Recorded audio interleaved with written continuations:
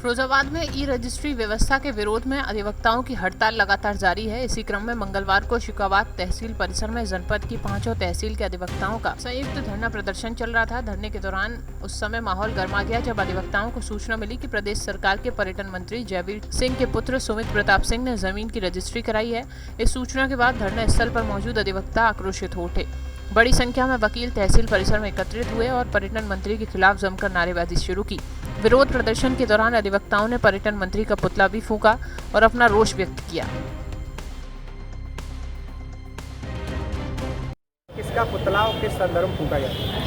देखिए, अभी यहाँ सुनने में आया था, यहाँ 5 जनपदों की 5 जनपद के 5 तहसीलों की आज ई रजिस्ट्री के विरोध में अधिवक्ताओं और पदाधिकारियों की बैठक थी।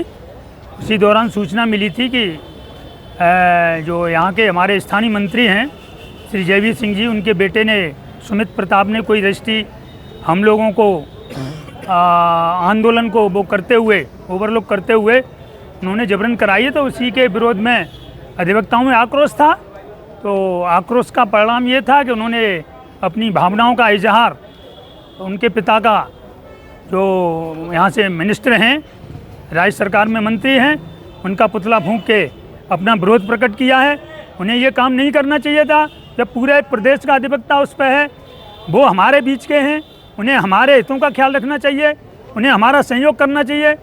तो ऐसी स्थिति में अधिवक्ताओं का आक्रोश था। आक्रोश में लोगों ने उनके पिता का पुतला फूंक दिया। तो इसमें जो है ये उनकी अपनी वो है, उन्हें सोचना चाहिए। विषय को लेकर धरना प्रदर्शन है। ई रजिस्ट्रेशन के लिए धरना है और आज हमारे धरने का 18वां दिन है। और इस धरने में ई रजिस्ट्रेशन 2024 जो सरकार ने हमारे ऊपर ज़बरदस्ती थोपा है, उसके लिए हम लोगों ने इसका विरोध किया है। आज हमारा 18वां दिन है। ई रजिस्ट्रेशन का मतलब है कि गरीब आदमी की ज़मीन का फर्जी बैनामा हो जाएगा ई रजिस्ट्रेशन से और गरीबी रहेगा। दूसरी स्थिति ई रजिस्ट्रेशन की ये है कि हमारे यहाँ जो अधिवक्ता बंधु हैं, वो दस्तावेज लेखक हैं, वो फ़ोटो स्टेट वाले हैं, फ़ोटो खींचने वाले हैं, चपरासी हैं, उनके मुंशी हैं, ये सभी बेरोजगार हो जाएंगे ई रजिस्ट्रेशन 2024 के द्वारा। ये सरकार हम लोगों को कमज़ोर करने के लिए ये काला कानून सरकार ने जो लाई है वो बहुत गलत है, जिसका हम लोगों ने 24 में भी कुछ विरोध किया था। उस समय हमारे अधिकारियों ने हमको समझाकर इसका विरोध रुकवा दिया था। लेकिन आज हमारी जो डीएम साहिबा नेहा शर्मा जी, जो फिरोजाबाद जनपद की डीएम रह चुकी हैं, आज वो इलाहाबाद में आईजी पद पर नियुक्त हैं और उन्होंने 4 जून को जो ऑर्डर पास किया, उसके बाद कल 29 तारीख को उस आदेश को वापस ले लिया।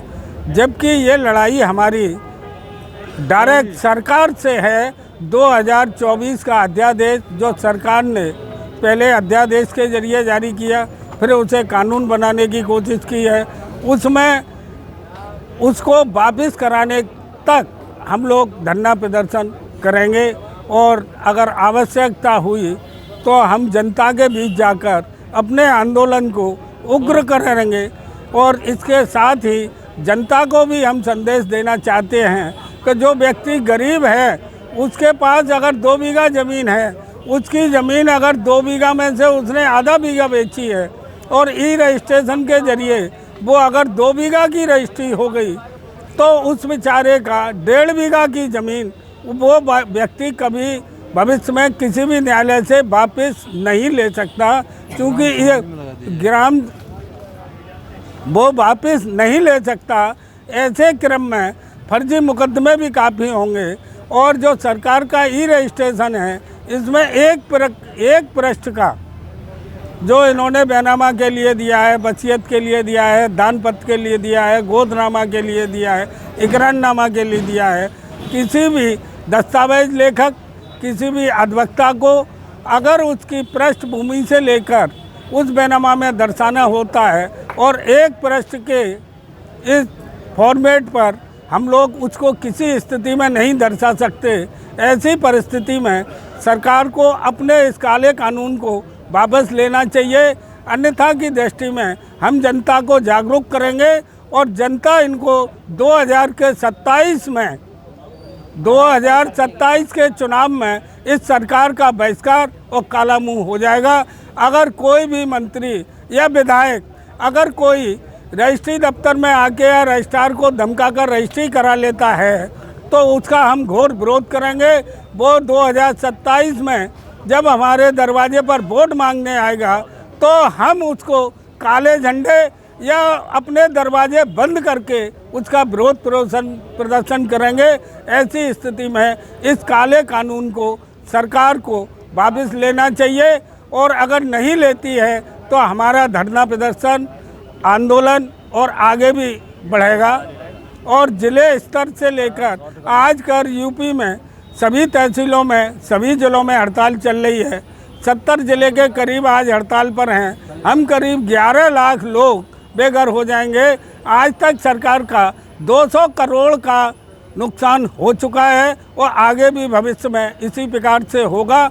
महीने 2 महीने में सरकार के पास ना तो तनख्वाह देने के लिए पैसा होगा और ना विकास के लिए कोई पैसा होगा। धन्यवाद।